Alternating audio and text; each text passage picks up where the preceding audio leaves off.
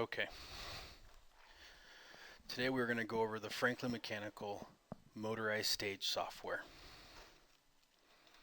As you can see in front of me, we have the screen here. It has a lot of different options.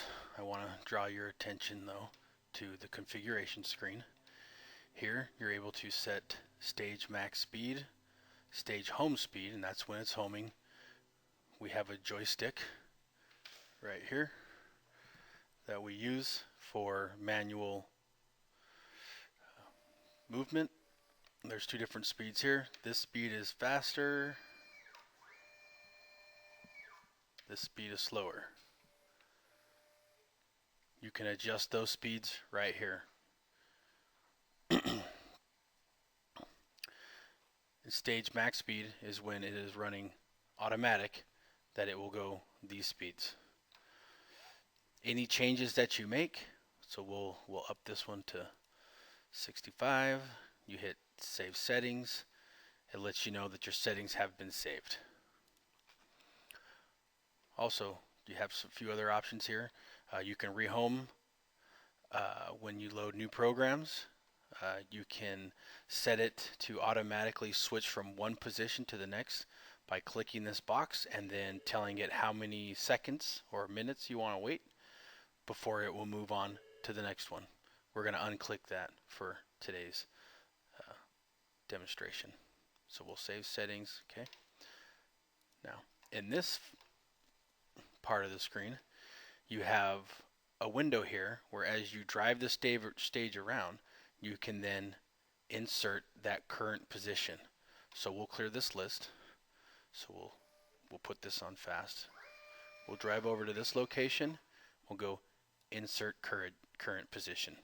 So there it is. So we'll go to another one, insert it, another one, insert it. So now we have three positions here. So then you can select this and say run from beginning. There's the first position. And since we kind of have it where you have to, it's not fully automatic, it's partly manual, you hit next position. And then goes to the next position and then next position.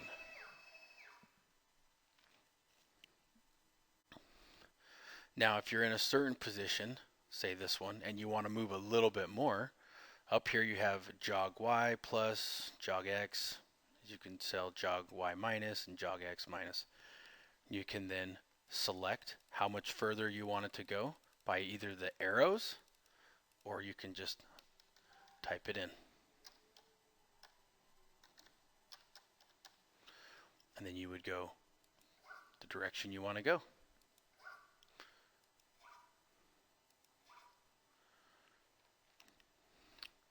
So when you're done with your current positions and you're done with that process, you can hit stop program and it clears this out here. And then you can hit go to 0, which at the moment is set for the center of the stage. Now you can set 0 at any position that you would like. If you want it to be up here, if you want that to be 0, you run to that spot, and right here it says set 0. Now that should be 0. So let's move it and see. That is set 0. So now you can then clear your list and insert positions from here.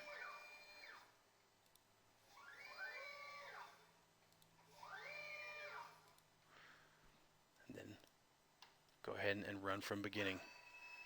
It's going to go to that. When you're ready, move on to the next one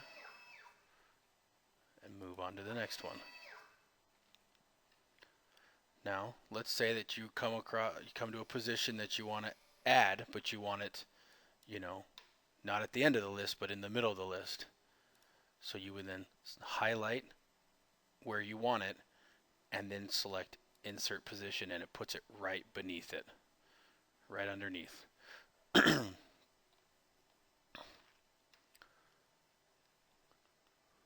You can edit positions right here by hitting edit position.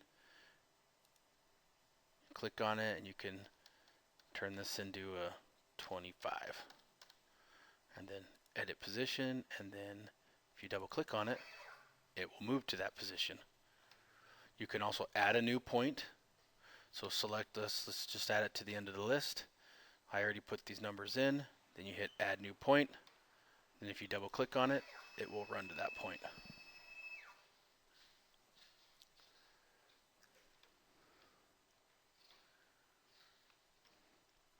This box down here that says scroll to number, let's say you had 100 different numbers in here, you want to go to a specific one. You would then click on the box, say you want to go to number 2, you hit scroll the number, it's going to highlight number 1, but if you hit next position, it will then go to that number.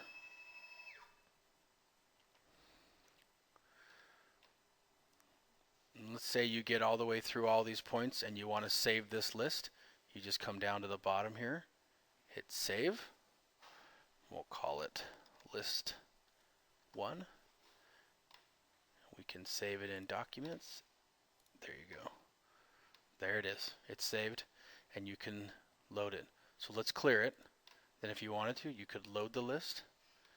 You go to documents, list 1. There they are, saved.